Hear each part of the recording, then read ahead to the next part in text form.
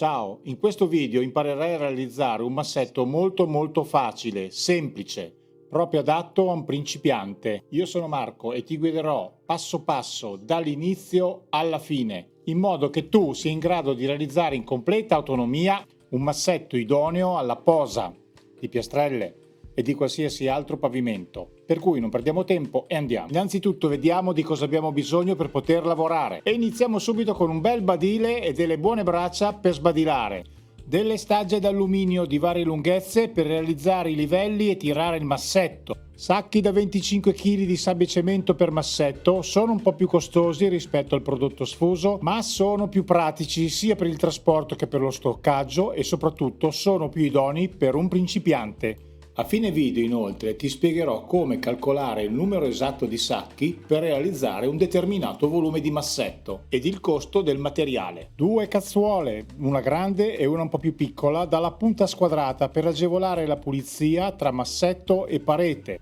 Una mazzetta da 1 chilo, un taglierino per tagliare i sacchi di sabbia, un tubo di gomma munito di doccino, un fratazzo di plastica, una livella e un bel doppio metro. Inoltre sono indispensabili alcuni campioni di pavimento e vi spiegherò poi il motivo.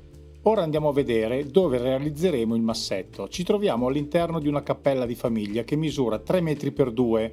È un rettangolo perfetto, per cui non abbiamo angoli, non abbiamo rientranze, nicchie. È molto semplice. Come puoi vedere, ho realizzato nei giorni scorsi una gettata di calcestruzzo di circa 10 cm per poter lasciare lo spessore ideale del massetto, che è all'incirca di 5. Inizio portando all'interno della stanza solo 3 sacchi per lasciare lo spazio necessario per muovermi. Aiutandomi con un taglierino, taglio il sacchetto che all'interno è diviso in 2 parti e inizio a vuotare il contenuto per terra.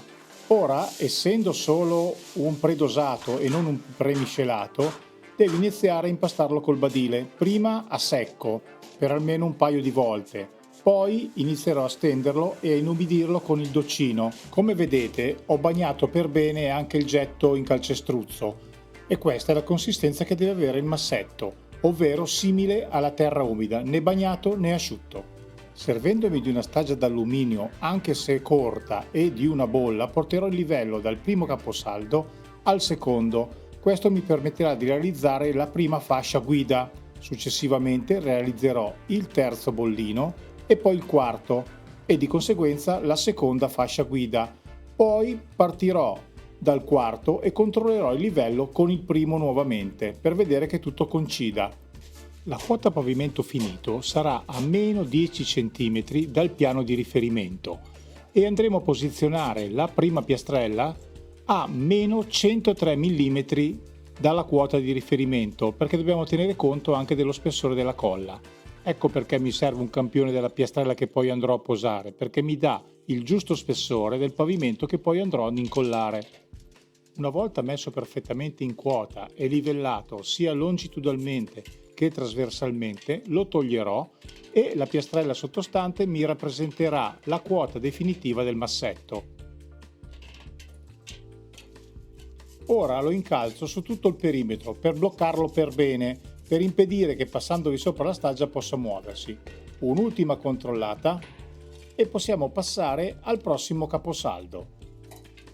Il metodo che sto utilizzando per realizzare i successivi capisaldi non può essere considerato di certo il più ortodosso, in quanto sarebbe meglio utilizzare una canna dei livelli o un laser, perché la staggia con la bolla d'aria non offre un grado di precisione molto elevato. Date però le dimensioni esigue della stanza, l'eventuale errore può essere considerato del tutto trascurabile. Ora ti svelerò un banalissimo trucchetto per verificare la taratura della bolla d'aria. Basta appoggiarla prima da una parte e poi girarla dal lato opposto. Se la lettura è la medesima, la bolla è tarata giusta. Inoltre tieni sempre pulita la staggia e anche la superficie d'appoggio. Terminati i 4 capisaldi è ora di iniziare a impastare il sottofondo per realizzare le 2 fasce guida. Fai ora attenzione al corretto utilizzo del badile per evitare di spezzarti la schiena dopo solo 10 minuti di lavoro. La mano che impugna il manico a metà va appoggiata sul ginocchio e il ginocchio funziona da fulcro, il manico da leva e tutto il corpo Agisce sul ginocchio e spingi in avanti per caricare la sabbia. Così facendo, il peso del badile carico di sabbia, che è tutto sbilanciato in avanti, non va a gravare sulla colonna vertebrale, ma bensì sugli arti inferiori. Ti svelo pure un secondo metodo per inumidire il sottofondo, ovvero praticando delle iniezioni con la canna dell'acqua. È un metodo molto pratico, però si rischia di bagnare un po' troppo se non si sta attenti. È il momento delle fasce. Stendo uno strato di sottofondo appena sopra i capisaldi, lo costipo per bene con i piedi, lo sgrosso col fratazzo e poi prendo la staggia d'alluminio e lo tiro a livello. Prolungo anche le fasce fin contro il muro, sollevo le piastrelle, vado a ripristinare con la sabbia, chiudo per bene, 2 colpi di staggia, una passata con il fratasso, se c'è qualche buchino riempio con un po' di sabbia e cemento. Passo ora dalla fascia opposta, anche qui stesso metodo. Adesso cominciamo col massetto centrale.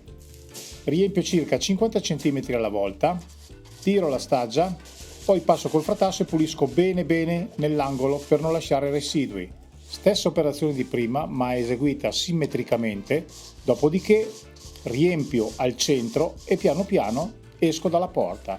Il massetto è quasi ultimato, le ultime rifiniture,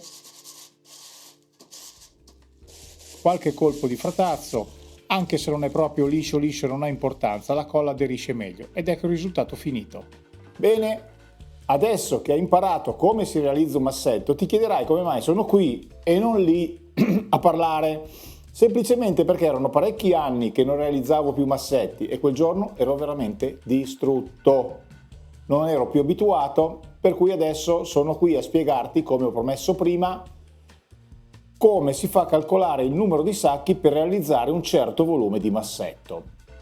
Sui sacchetti scrivono che servono 20 kg di materiale per realizzare 1 centesimo di metro cubo, ovvero servono 2000 kg per 1 metro cubo di massetto.